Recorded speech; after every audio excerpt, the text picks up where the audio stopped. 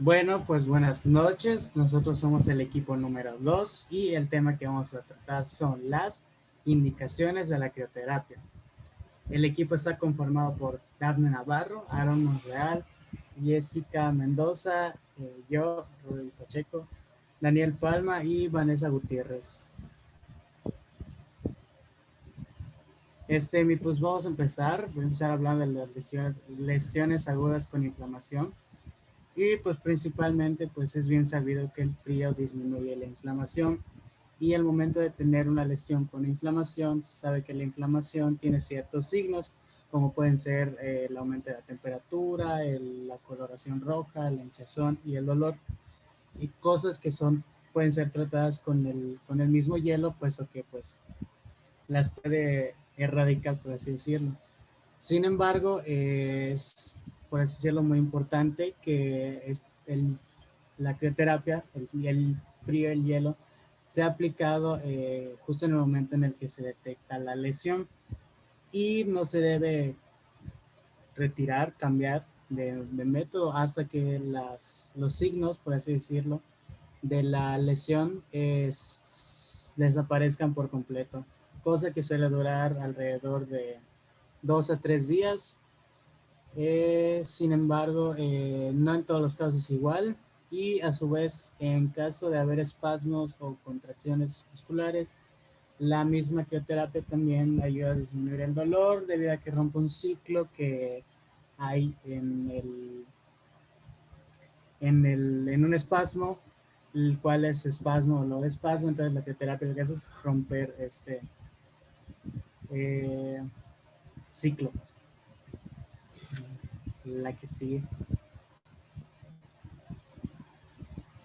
Luego vamos con los traumatismos recientes, los cuales pues relacionados con la crioterapia se definen como un tratamiento inmediato, habitual en la fase aguda de contusiones o lesiones deportivas, asociando el frío al vendaje compresivo, inmovilización y la elevación.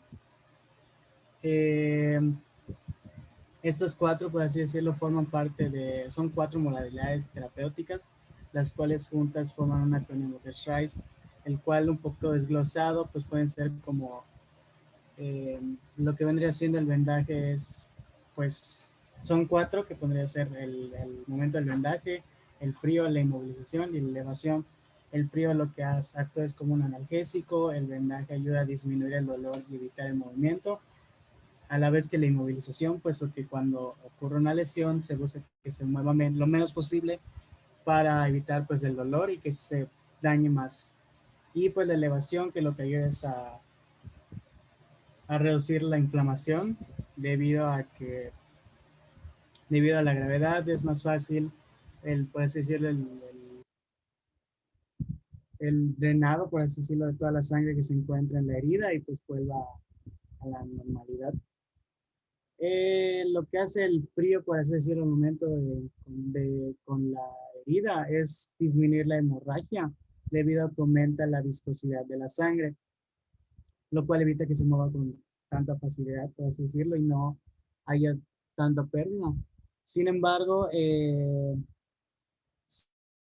no se aplica de manera adecuada y se deja como mucho tiempo, la formación de lo que viene siendo el coágulo, que muchas veces lo que se busca, puede ser retrasada. Por eso es que hay diversos, como por así decirlo, puntos de vista u opiniones de cómo se debe usar la duración y todo eso. Entonces, como la más aceptada es cambiar los cold packs, que son las bolsitas, cada 3 o 4 horas durante 3 días como máximo, junto con el vendaje y manteniendo la inmovilización y la elevación de la extremidad. Y por último,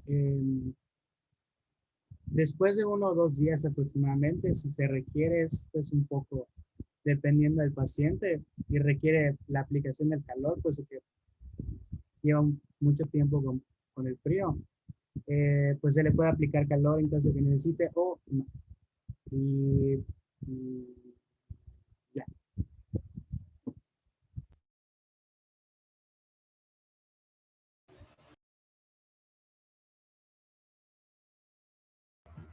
Bueno, mi nombre es Jessica y voy a hablar del dolor postoperatorio. Eh, el frío es más efectivo que el calor en el dolor después de una incisión quirúrgica. Las dos formas de aplicarlo es frío combinado con ejercicio, que también se le suele llamar criocinesia. Eh, este se aplica mucho en medicina deportiva. La aplicación del frío antes de los ejercicios reduce el edema y el dolor y es útil en la fase de reentrenamiento o recuperación después de lesiones musculares. El frío se debe aplicar hasta que se note entumecimiento, en general unos 20 minutos, realizándose a continuación los ejercicios de potenciación o elongación durante 3 o 5 minutos hasta recuperar la sensibilidad. Eh, Se tiene que repetir hasta 5 ciclos de frío ejercicio. No se deben realizar ejercicios activos o movilizaciones articulares rápidas, ya que tras la aplicación de frío se produce un aumento de viscosidad y una disminución de la elasticidad. Luego tenemos el frío con estiramientos.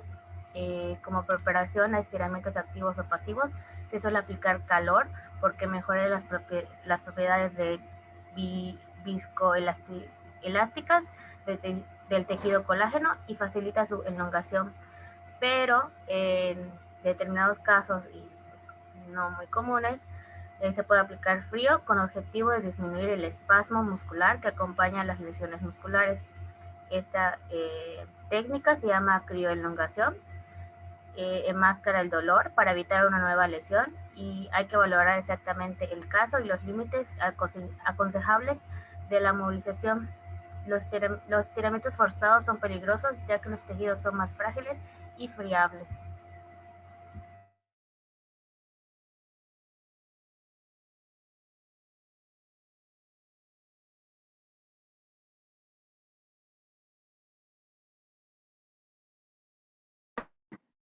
Los efectos del tratamiento son pasajeros y para que sean efectivos tienen que ser de una aplicación larga hasta de una hora.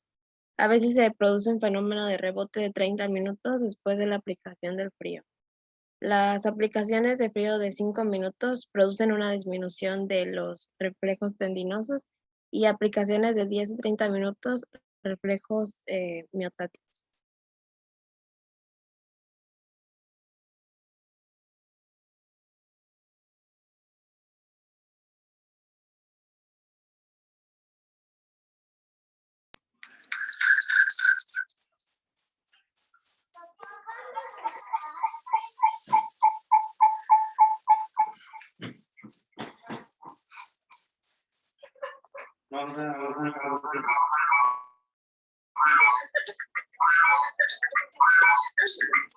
Bueno, yo voy a hablar sobre la artrosis y la migraña.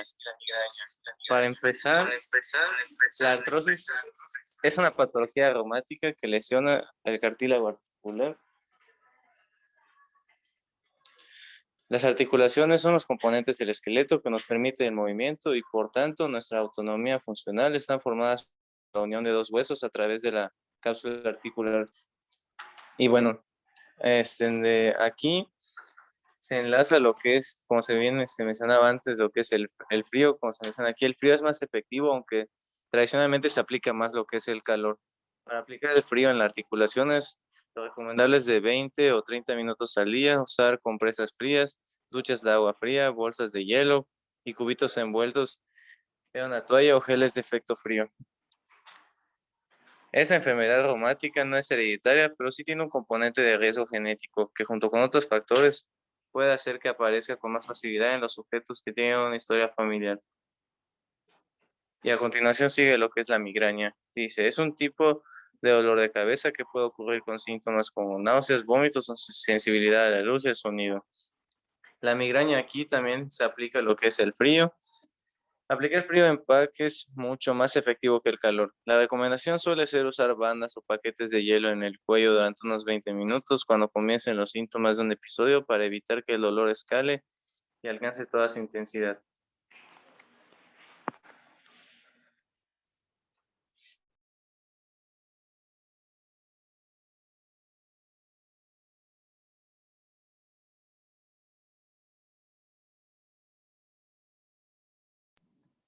Bueno, yo voy a hablar de la hipersensibilidad al frío, que se refiere antes que nada a la llamada urticaria por frío. Puede ser familiar o adquirida. Se caracteriza por la aparición pasajera de manchas, ya sea rojas o pálidas, ligeramente elevadas y un prurito intenso. El primer punto de la hipersensibilidad al frío es la intolerancia al frío, que es un agravamiento del olor, entumecimiento y cambios de coloración. Se observa en algunos pacientes reumáticos. La crioglobulinemia es una agregación anormal de proteínas séricas en las partes distales de las extremidades. El precipitado causa isquemia y puede llegar a producir gangrena. Hay que sospecharla en pacientes con artritis reumatoide, lupus eritematoso o miolema múltiple. La hemoglobinaria paroxística aparece hemoglobina en la orina debido a la lisis de los hematíes por el frío. Conviene investigar si el paciente ha tenido orina rojiza después de una exposición al frío. Enfermedad y síndrome de Raynaud. Es una forma primaria o idiopática de cianosis digital paroxística por un trastorno regional o sistémico. Se produce una palidez y cianosis brusca en los dedos seguida de rubefacción relacionada con el frío o las emociones. Se recupera con calor suave. Los síntomas son bilaterales, aunque se aplique frío en un solo lado en la enfermedad. El nervio en regeneración, el frío puede retrasar la regeneración axonal y además su aplicación es peligrosa en una zona con posible anestesia cutánea. En zonas isquémicas. Aunque la vasoconstricción disminuye el metabolismo de los tejidos y su necesidad de oxígeno, también disminuye su aporte y aumenta la viscosidad de la sangre, incrementando la isquemia, lo que hace que el frío esté contraindicado.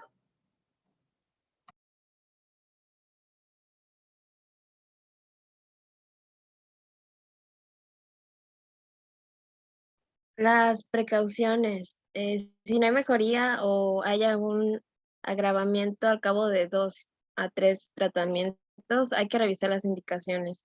Es importante establecer un margen de seguridad manteniendo una temperatura local de 15 grados. Sobre nervios superficiales, si el paciente nota parestesias en el territorio de inervación, se suspende el tratamiento. En los edemas, si es un edema vascular, la crioterapia está contraindicada.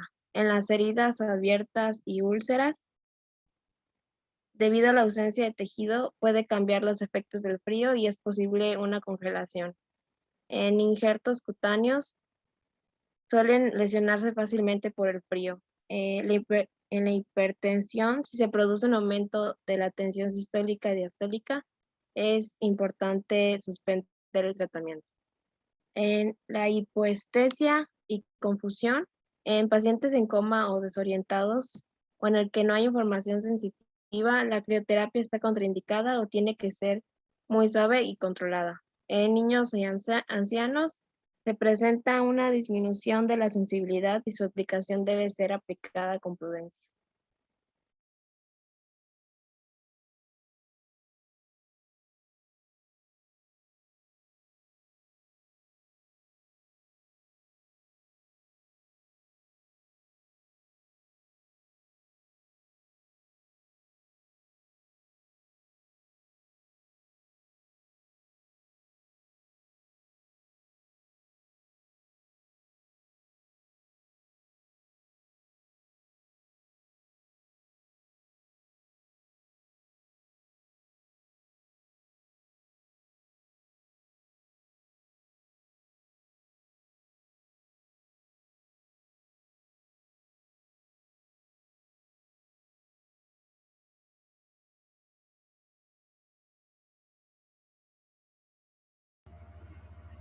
Bueno, yo les voy a hablar sobre la diferencia entre calor y el frío terapéutico. El calor y el frío terapéutico tienen algunos efectos fisiológicos en común, pero también tienen otros que solo ellos poseen. Por ejemplo, en una analgesia, el frío mejora disminuyendo la temperatura local y el edema la progresión de la lesión tisular y la hemorragia con el frío. El calor tiene los efectos opuestos y esto es obviamente pues, lo contrario. Mientras haya inflamación, un calor suave puede reactivar la inflamación para la cicatrización. O sea, con el calor suave, obviamente no muy fuerte, puede ayudar a que se reactive para que se inflame otra vez y se cicatrice la lesión, lo que sea. El aspecto general, el efecto general que tiene el calor es disminuir el dolor y produce una relajación general, el calor. El frío aumenta la viscosidad y disminuye la elasticidad del tejido de colágeno. Y el calor disminuye la viscosidad y aumenta la elasticidad del tejido colágeno. Esto es una de las diferencias del calor y el frío terapéutico.